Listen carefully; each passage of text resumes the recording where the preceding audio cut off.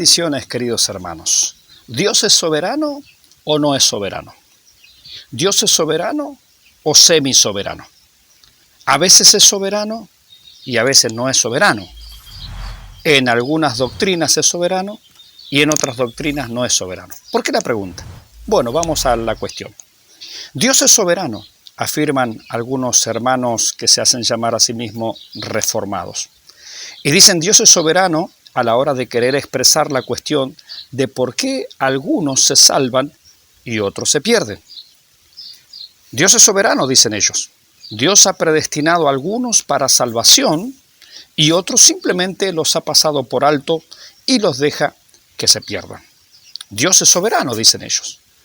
No les gusta llamar a esta enseñanza doble predestinación, aunque en realidad lo es, sino que prefieren llamarle, por un lado, los predestinados y por otro lado los reprobados o preordenados, para que no suene cierto el concepto tan feo o tan mal y que no haga aparecer a Dios como un Dios arbitrario o como alguien que hace acepción de personas. No estamos discutiendo en este video si esa enseñanza es buena o es mala, es correcta o es incorrecta. Obviamente yo tengo mi postura contraria, no en cuanto a la soberanía de Dios, está claro que Dios es soberano, pero ¿es soberano en todas las áreas o solamente en algunas áreas? Para este grupo de hermanos, llamados a sí mismos reformados, el concepto de salvación, es decir, la soteriología, está basado en la soberanía. Dios salva porque Él es soberano. En realidad nosotros vemos en la Biblia que Dios salva porque es un Dios de gracia. Aunque Él es soberano, no es la soberanía la base de la salvación, sino que es la gracia de Dios. Porque por gracia sois salvos por medio de la fe, y esto no de vosotros, la salvación, pues es un don de Dios. Entonces, ellos dicen, el soberano hace cuanto quiere, pero en realidad eso es un déspota, porque el soberano, en este caso Dios, está limitado. Usted dirá, ¿en qué está limitado? Está limitado en su propio carácter. Dios no va a hacer nunca nada que sea inconsecuente con su carácter. Y en su carácter, que es un Dios de amor, que es un Dios de gracia, Él quiere y Él desea salvar. Ahora, el punto que estamos diciendo es que ellos enfatizan la soberanía de Dios en cuanto a la soteriología, es decir, en cuanto a la salvación. Pero, ¿qué pasa cuando estos mismos hermanos llegan a otra doctrina? Por ejemplo, la escatología, cuando hablamos de las cosas futuras. Ellos, en este punto, son incapaces de creer en la soberanía de Dios. Y esto no es una crítica a los hermanos en sí, son nuestros hermanos, muchos de ellos son sin duda fieles creyentes, fieles hombres y mujeres de Dios, fieles pastores, hermanos realmente preciosos en el Señor, pero que la soberanía pareciera que por arte de magia se termina cuando cambiamos de doctrina. En la soteriología Dios es soberano, pero en la escatología parece que la soberanía no alcanza, el manto soberano no llega a abarcar la escatología. Y quiero ir a algunos ejemplos. Por ejemplo, unos 750 años antes de Cristo, el profeta Isaías dijo que Jesús nacería de una virgen. Cuando él lo dijo, eso era profecía. Y para que se cumpliera esa profecía faltaban, insisto, unos 750 años. Cuando llegó el tiempo, esa profecía se cumplió así, tal cual. Se cumplió literalmente. Es decir, que el soberano aplicó la soberanía y lo que él dijo que sucedería, sucedió. Cristo nació de una virgen. Vamos a tomar otro ejemplo. En el libro del profeta Malaquías, unos 450 años antes, es decir, era evidentemente una profecía, él dijo que el Mesías tendría un precursor. Pues pasaron esos 450 años y el Mesías tuvo un precursor y se llamó Juan el Bautista. Es decir, la soberanía de Dios estaba allí cuando él hablaba a través de sus siervos los profetas. Y lo que Dios dijo que iba a suceder, sucedió. Vamos a tomar otro ejemplo. Por ejemplo, nuevamente en Isaías, unos 750 años antes de Cristo, él dijo que el Mesías sanaría a muchos. Isaías capítulo 53, por ejemplo. Cuando estas palabras se dijeron, era profecía. era algo que tenía que ver con el futuro, con muchos y muchos años después. 750 años después, recién se cumplió esa palabra. Ahora, cuando se cumplió, el soberano siguió demostrando que era soberano en las cosas futuras. Es decir, lo que Dios dijo que iba a suceder, sucedió. No quiero redundar en tantos ejemplos, pero vamos a tomar dos más. En el libro de los Salmos, en el capítulo 22, unos 1000 años antes de Cristo, ya no fuimos mucho, 1000 años antes, el soberano Dios dijo, a través del salmista, dijo que, por ejemplo, dijimos el Salmo número 22, que traspasarían sus pies y sus manos. Pues 1000 años después, el soberano manifestó su soberanía y nosotros vimos justamente a través de las Escrituras cómo esto se cumplió al pie de la letra, es decir, de manera literal. No había que interpretarlo simbólicamente, no había que interpretarlo figuradamente, no había que interpretarlo de manera alegórica, no. Lo que Dios dijo que iba a suceder, en este caso 1000 años antes, se cumplió. Vamos al último ejemplo. Insisto, podríamos hacer un video larguísimo de horas y horas revisando todo lo que el soberano ha dicho acerca del futuro en palabras proféticas. Vamos al último ejemplo. En Génesis capítulo 3, versículo 15, aproximadamente unos 6000 años antes, ¿escuchó ese número? Unos 6000 años antes, Dios había dicho, Dios lo había expresado de manera profética, que el Mesías, el Salvador, el Señor, vendría a través de una mujer. Pasaron unos 6000 años y Dios envió a su Hijo nacido de mujer, dice la Escritura. Es decir, estas profecías, estas cosas que Dios hablaba acerca del futuro, había que interpretarlas simbólicamente, había que interpretarlas alegóricamente. Él no era capaz de cumplir y de mantener la palabra que Él había dicho. ¿No es Dios soberano sobre el pasado, sobre el presente y sobre el futuro? Así como lo es de la soteriología, así como lo es de la salvación. Sin duda, si Él es soberano en una área, tiene que ser soberano en otra área.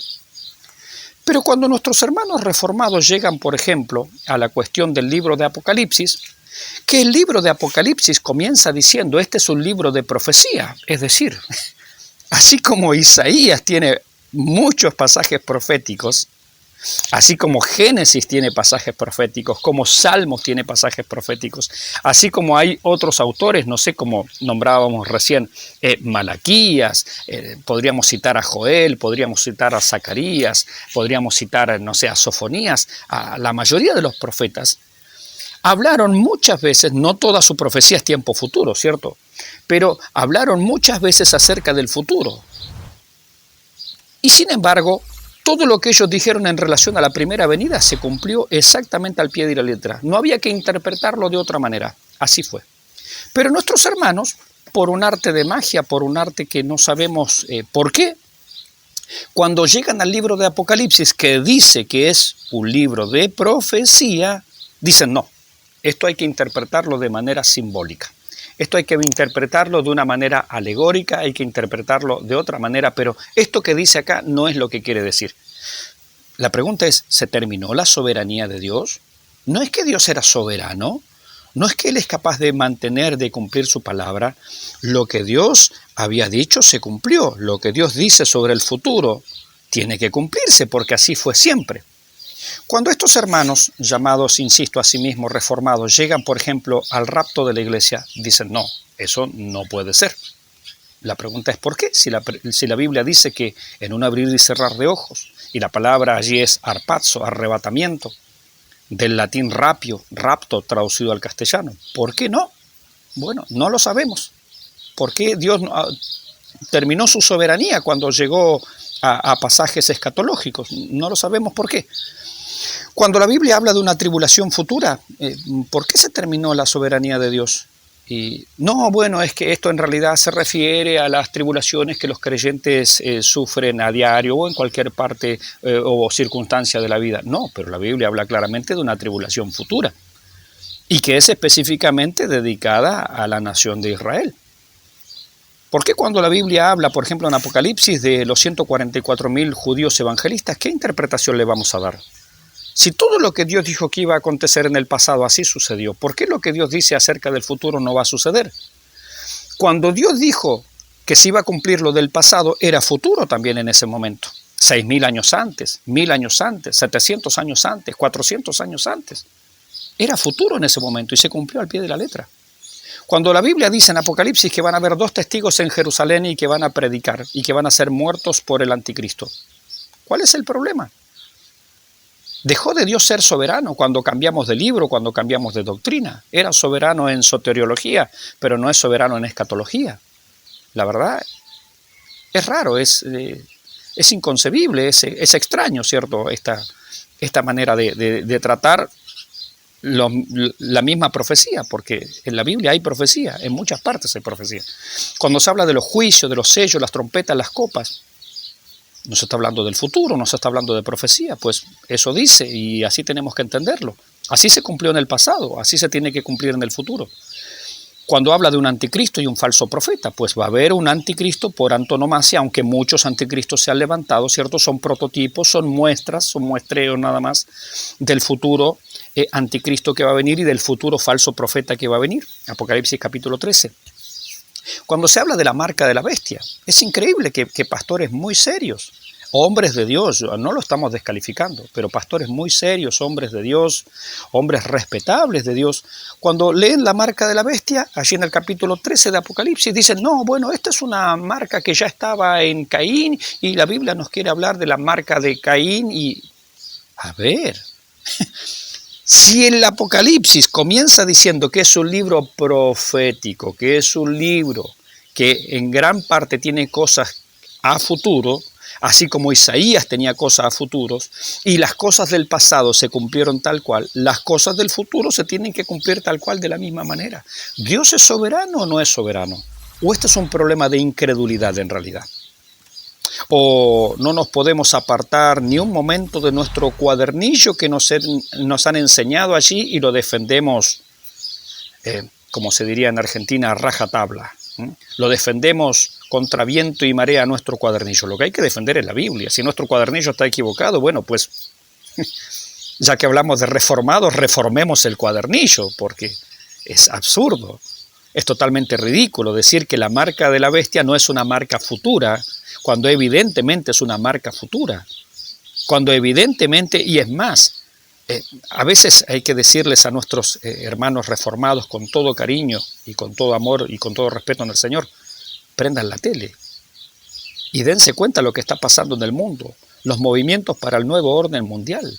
Prendan la tele, abran YouTube, abran algún canal de información al menos para ver que justamente lo que está sucediendo son preparativos para la futura marca de la bestia. La marca hoy no está, desde luego que hoy no está, es absurdo, es ridículo. Yo no me sumo a aquellos que tratan de identificar hoy la marca de la bestia, porque la marca de la bestia estará disponible a la mitad de la tribulación y no antes.